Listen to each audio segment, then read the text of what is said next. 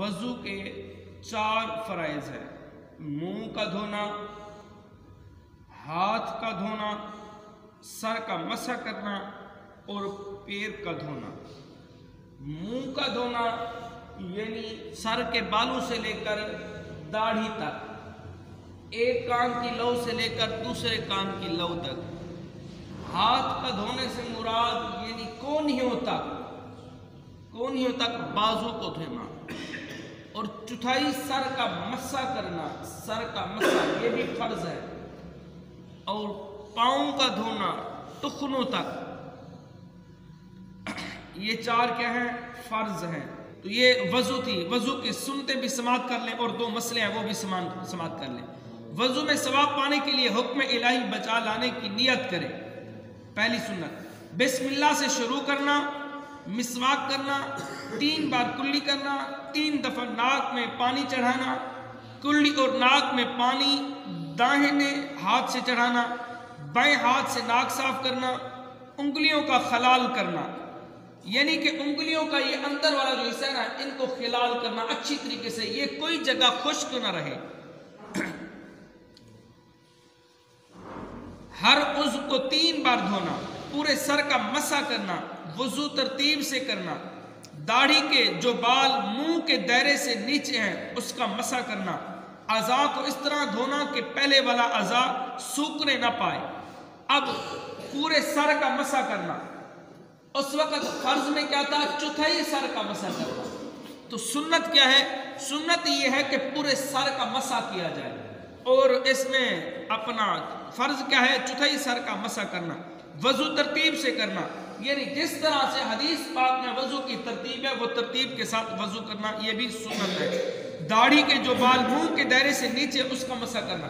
اب یہ داڑھی کے بال ہے، اگر ہم نیچے تک ان بال کے جو نیچے تہ ہے، جو جسم ہے یہ نیچے کا، اگر ہم ان تک پانی نہیں پہنچا سکتے تو کوشش کرے 2 مرتبہ اس طرح سے پانی چلو میں لے اور اس طرح سے کرے، ان کا مسح کرے، پھر اس کو جو ہے اس طرح سے ہم وہ کر سکتے ہیں۔ تو یہ بھی ایک سنت ہے اگر ہم تہ تک پانی نہیں پہنچا سکتے۔ اور اس کے علاوہ اعضاء کو اس طرح سے دھونا کہ اگر ہم نے ہاتھ دھو دیے ہیں یا منہ دھو لیا ہے، اب بازو دھونے ہیں، تو ایسا نہ ہو کہ منہ سوکھ جائے، منہ کا جو ہے خشک ہو جائے، بعد میں بازو دھو، بلکہ پہلے والا حصہ جو دھویا ہے وہ تر رہے، اس کے بعد دوسرے والا حصہ دھوئیں، یعنی سوکھنے نہ پائے۔ ہر وقت بوضو رہنے کی کوشش کریں۔ وضو سے شیطان بھاگتا ہے، دل کا خوف جاتا رہتا ہے، اسی حالت میں موت و شہادت کا درجہ ہے۔ وضو کے وقت اعضاء دھونے میں خاص طور سے خیال رکھنا چاہیے، اگر ایک بال بھی خشک رہے گا وضو نہ ہوگا، یہ خاص خیال رکھنا ہے۔ وضو کے حالت میں اگر ایک بال بھی خشک رہا تو وضو نہیں ہوگا۔ عورتیں زیور کے لیے ناک میں جو سوراخ کرتی ہیں، اگر بند نہ ہو تو اس میں پانی بہانا ضروری ہے۔ یہ اکثر و بیشتر عورتوں کا ایک مسئلہ ہوتا ہے، وہ بے احتیاطی سے وضو تو کرتی ہیں لیکن بے احتیاطی کرتی ہیں۔ یہ آپ کی ذمہ داری ہے، آپ نے جا کے بتانا ہے، اپنے بچوں کو جا کے بتانا ہے، اپنی گھر والیوں کو بتانا ہے کہ عورتیں زیور کے لیے ناک میں جو سوراخ کرتی ہیں نا، تو ان سوراخ اگر بند ہے تو پھر تو ٹھیک ہے، اگر سوراخ کھلا ہے تو اس سوراخ کے اندر پانی پہنچانا ضروری ہے، ورنہ وضو نہیں ہوگا۔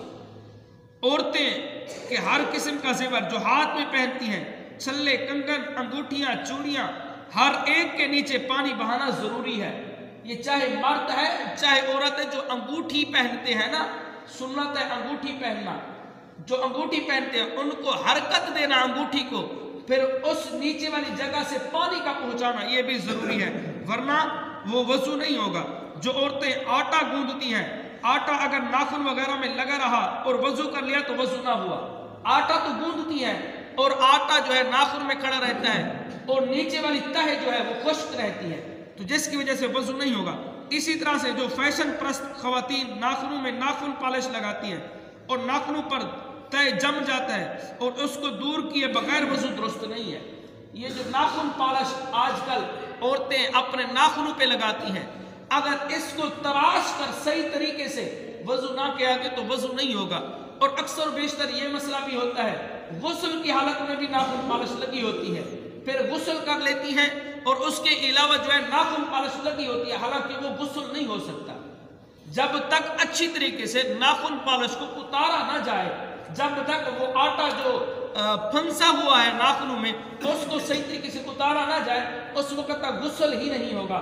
جب غسل نہیں ہوگا تو وضو نہیں ہوگا, جب وضو نہیں ہوگا تو عورت ناپاک رہے گی. تو اس لیے ضروری ہے کہ ہم ان مسائل پر توجہ دیں. آج کا یہ ہمارا ٹاپک مکمل ہو, اور آخر میں جو عورتوں والے مسئلے بتائے ہیں تو یہ آج آپ کی ذمہ داری ہے, آپ نے جا کے بتانے ہیں. یہ خیال رکھنا کہیں ایسا نہ ہو, کیونکہ زیور سے آراستہ ہونا یہ عورت کی نشانی ہے, خوبصورتی ہے, زینت ہے, اور اس مسائل سے آگاہ کرنا یہ آپ کی ذمہ داری ہے. آپ نے جا کے اپنے بچوں کو بتانا ہے کہ اس طرح سے جو ہے یہ مسئلہ ہے. تو جب یہ مسئلہ دور ہوگا تو اس وقت ہم صحیح معنی سے اطمینان دل ہوں گے.